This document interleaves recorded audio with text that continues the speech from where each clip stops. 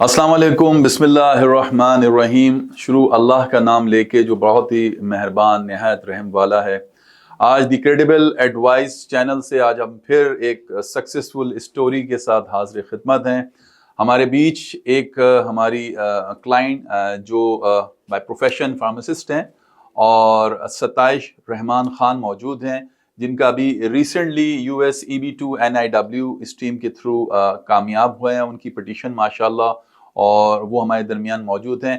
तो जैसे कि मैं हमेशा आप लोगों को कहता हूं कि हमारी कोशिश रहती है ये सारी एक्टिविटी करने का मकसद वो तमाम लोग जो डिफरेंट प्रोफेशन के थ्रू उनकी पिटीशनें अप्रूव हो रही हैं या उनको वीज़ा ग्रांट हो रहा है, उनको आपके सामने लाया जाए ताकि आप लोग का मोटिवेशन लेवल और आप लोगों की जो एनर्जी बाज़ दफ़ा कम हो जाती है उसको हम बढ़ा सकें। तो आइए हम आप इस सारी गुफ्तगू का आगाज शुरू करते हैं। अस्सलाम वालेकुम। सबसे पहले सताइश, कैसी हैं आप? ठीक ठाक हैं? वालेकुम अस्सलाम, मैं बिल्कुल ठीक हूँ। अच्छा सताइश, सबसे पहले तो ये बताइए, ये सफर जो आपका कोरू के साथ रहा, कैसा सफर रहा? और ये स्टार्टिंग के अंदर ये जो पिटीशन है और ये जो सारा सबमिशन हुई और फिर सबमिशन के बाद का जो सफर रहा वीजा अप्रूवल तक का, वो सफर कैसा रहा? और जिस वक्त ये पहली दफा आपको इस न्यूज़ का पता चला थ्रू हमारी टीम के जरिए से, तो उस वक्त आपके जज्बात और वो क्या थे? पूरी फैमिली के अंदर ये न्यूज़ जब आपने सुनी तो कैसा महसूस हुआ आपको? काफ़ी शॉकिंग था। प्रोसीजर हमारा सारा बहुत स्मूथली जो है वो सबमिट हुआ। सबमिशन, हमारे डॉक्यूमेंटेशन काफ़ी गाइडेड टीम है और सब ने हमें बहुत अच्छे से गाइड किया। उन्हीं के स्टेप्स पे हम लोगों ने फॉलो किया और हम लोगों ने जब अपना केस सबमिट किया तो उस वक्त ये था कि पता नहीं होता है नहीं होता, लेकिन ये कि जब हमें अप्रूवल का मैसेज आया और कॉल आई तो काफ़ी शॉकिंग था। हम लोगों को तो यकीन नहीं आया था क्योंकि कुछ डाउन्स आए थे कि हमारा आरएफई हमें रिक्वायर जी ये इस चीज को भी जरूर मैं बल्कि अपने यहाँ पर ऑडियंस को भी बताता चलूं। बारहा मैं इस सारी चीजों को एम्फसाइज करता हूं कि बाज लोग ये समझते हैं कि शायद आरएफई का मतलब हुआ अब तो गई भैंस पानी में वाला हिसाब हुआ कि खुदा ना खास्ता अब तो डिनाइल ही की तरफ फेस करना पड़ेगा। ऐसा नहीं है। देखें, बहुत से आरएफईज ऐसे क्लाइंट हैं जिन्होंने दोबारा से अपनी पिटीशन को फिर फाइल किया और फिर वो सक्सेसफुल हुए। उन्हीं में से एक सताइश भी हमारे दरमियान बैठी जो बता रही है कि आरएफई आने के बाद एक आपको एक थोड़ा सा डर ज्यादा लग रहा था कि पता नहीं अब क्या होगा, अब लास्ट चांस है, कहीं ऐसा ना हो कि USCIS ये इस दफा भी हमें जो है वो मना कर दे या एक तरह से डिनाइल की तरफ हमें ना लेके चला जाए। बिल्कुल यही था, लेकिन ये कि टीम ने हम लोगों को गाइड किया कि किस तरीके से हमें जो उन लोगों के क्वेश्चंस थे, जो उन लोगों की डिमांड्स थी, हम लोगों को किस तरह से अपनी डॉक्यूमेंटेशन और उनको प्रोवाइड करना है। तो टीम ने हमें गाइड किया। फिर हमने उसके अंदर मतलब थोड़ी सी अपनी भी वो करी, आपने भी ऐड ऑन किया, अपना पार्ट अदा किया। बिल्कुल, इसीलिए कि बस डिनाइल की तरफ न जाए, लेकिन टीम ने हमें बहुत अच्छा डॉक्यूमेंटेशन सब किया और हमसे 1-on-1 इन कांटेक्ट रहे। फिर जिस तरीके से गया तो ये विदिन 60 डेज का हमें कहा था, लेकिन विदिन 10 डेज हम लोगों को हमारा अप्रूवल नोटिस आ गया। फैमिली में कैसा रहा जिस वक्त आपने ये न्यूज़ शेयर किया अपने हस्बैंड के साथ या अपने करीबी जो आपके लोग हैं उनके साथ? कैसा उनको सब पूछते रहते थे जब से हम लोगों ने केस का किया था कि हम लोगों ने, हमारा एक इन प्रोसेस है एक चीज, तो सब पूछते थे। जब हो गया तो सबको बहुत ज्यादा खुशी हुई कि इस तरीके से मतलब एक हमारा 1 स्टेप जो है हम अप्रूव हो गया है, तो मतलब अब हम we are good to go. अल्हम्दुलिल्लाह अल्हम्दुलिल्लाह। और फर्स्ट जिस वक्त हमने इस केस को आपने स्टार्ट किया होगा तो हार्डली 1.5 से 2 महीने के अंदर आपने फर्स्ट जब आपका फेज होगा आपने उसको सबमिट किया होगा और उसके बाद हार्डली 4 से 6 महीने में आपका डिसीजन आया होगा। और फिर उसके बाद फिर जब आरएफई दोबारा से आपने अप्लाई किया तो बाज दफा लोग कहते हैं कि सर आरएफई के बाद भी 2-2 साल लग रहे हैं, साल भर लग रहे हैं, बहुत ज्यादा कुछ बैकलॉग है। तो उस हवाले से जरा बताइएगा कि ये आरएफई के बाद का पीरियड कितना रहा जिसके अंदर आपको केस अप्रूव हुआ आपका?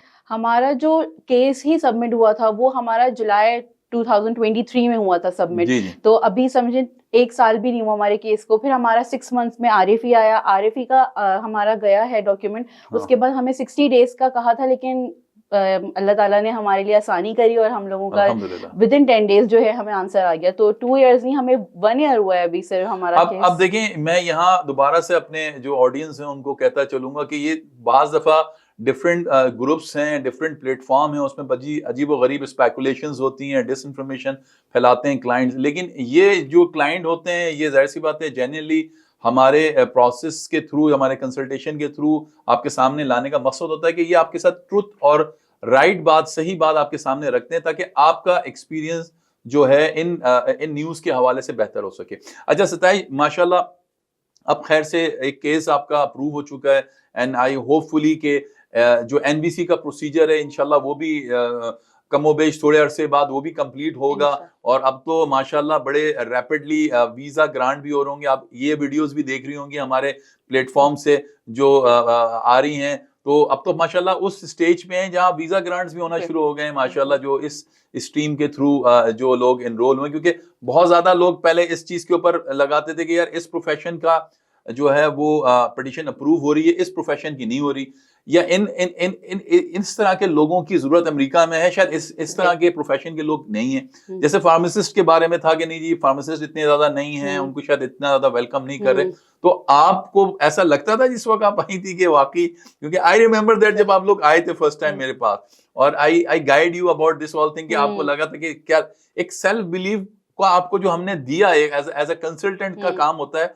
कि ठीक है वो क्लाइंट का अपना प्रोफाइल होता है जो वो सारी डॉक्यूमेंटेशन वो खुद एड ऑन करता है और जो चीजें होती है, लेकिन वो जो कॉन्फिडेंस देना होता है एज अ कंसल्टेंट के नहीं आप उसमें एलिजिबल भी हैं और ये चीज अगर आप फाइल करेंगे तो आपको अप्रूवल का भी है ना चांस आपके सामने खड़े में, तो वो चीज आपको कोरू के जरिए से मिली, तो वो कैसा लगा? बिल्कुल ये चीज़ हमें कोरू के ही ज़रिए से पता चली, वरना मुझे तो नहीं था कि मतलब फार्मासिस्ट की क्या डिमांड है या हमारे पास ये एक जो प्रोग्राम चल रहा है कि हम इसमें एंटर कर सकते हैं। ये स्किल्ड प्रोफेशनल का था, तो कोरू ने हमें गाइड किया और फिर हमने कोरू के ही बताए हुए डॉक्यूमेंटेशन और स्टेप्स पे फॉलो किया। तो जिस तरीके से हम लोगों को डॉक्यूमेंटेशन मांगे, जो सब चीज़ें रिक्वायर्ड थी मेरे प्रोफेशन को लेके और मेरी जो स्ट्रेंथ है उस पर हम वहाँ एंटर कर सकते थे, हम एलिजिबल थे, तो उस तरीके से हमने किया, तो फिर आज हम सक्सेसफुल हैं, वरना मुझे तो नहीं आइडिया था। लेकिन अच्छा, ये एक तरह से डिफरेंट प्रोग्राम इस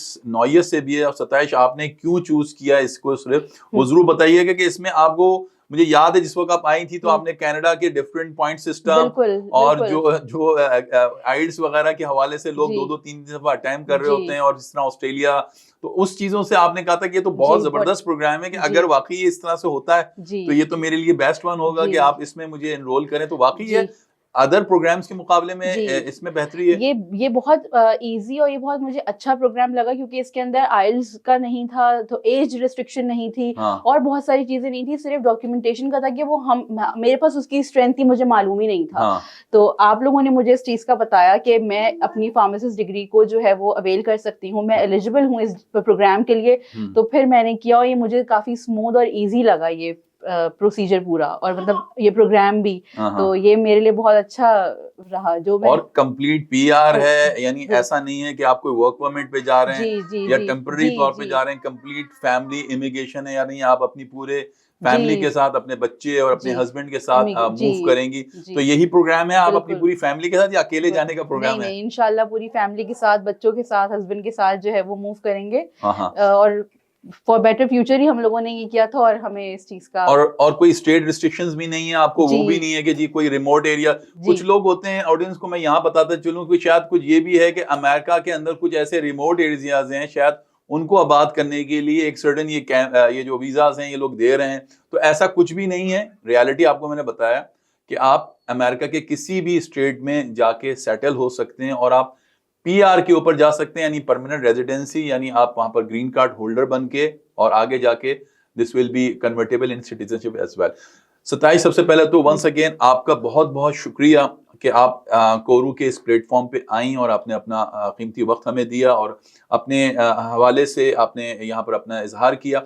कुछ कोरू के हवाले से हमारे वो लोग, वो ऑडियंस जो अभी मजीद इस प्रोसेस को स्टार्ट करने के लिए अभी सोच रहे हैं या सोच रहे हैं कि क्या वाकई हम भी आ सकते हैं, हमारा भी अप्रूवल आ सकता है, उनके लिए प्लीज एक मैसेज अगर देना चाहें।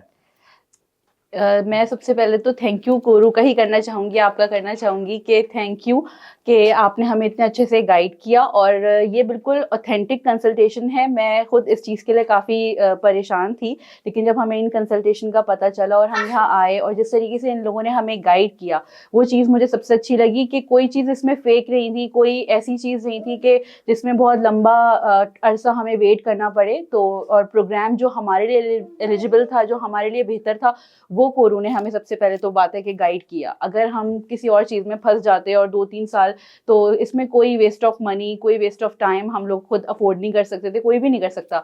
तो बस मैं कोरू को ये कहना चाहूँगी कि कोरू कंसल्टेंट जो है वो ऑथेंटिक कंसल्टेंट है, क्योंकि आजकल सब डरे हुए होते हैं कंसल्टेंट्स के पास जाने के लिए ये बात तो कि सही बात। हमारा या तो टाइम वेस्ट होगा या पैसा वेस्ट होगा। और ज़ाहिर बात तो है हर फील्ड की तरह सताइश जी, अनफॉर्चुनेट है जी। कि इस प्रोफेशन में भी अच्छे बुरे लोग मौजूद बिल्कुल, हैं। बिल्कुल। लेकिन जाहिर सी बात है, अगर इस चीज़ का लोगों को पता चल जाता है तो उनको कम से कम डायरेक्शन बिल्कुल, उनकी क्लियर हो जाती है कि बिल्कुल। उन्हें किसके साथ किसके वाबस्ता रहना जी, है। जी। बहुत शुक्रिया सताइश वंस अगेन कि आपने आके इतनी ब्रीफली सारी हुँ। चीज़ों का इज़हार किया। तो नाज़रीन, अब यहाँ पर इस सारे चीज़ों को मैं क्लोज़ करता हूँ और इंशाल्लाह होप करता हूँ कि आने वाले वक़्त के अंदर जो एनवीसी का प्रोसीजर सताइश का रह गया, वो भी इंशाल्लाह अच्छी तरीके से कंप्लीट होगा और ये फाइनली अपनी डेस्टिनेशन के अंदर अपने फैमिली के साथ मूव होंगी। तब तक के लिए हमें इजाज़त दीजिए। अल्लाह हाफ़िज़।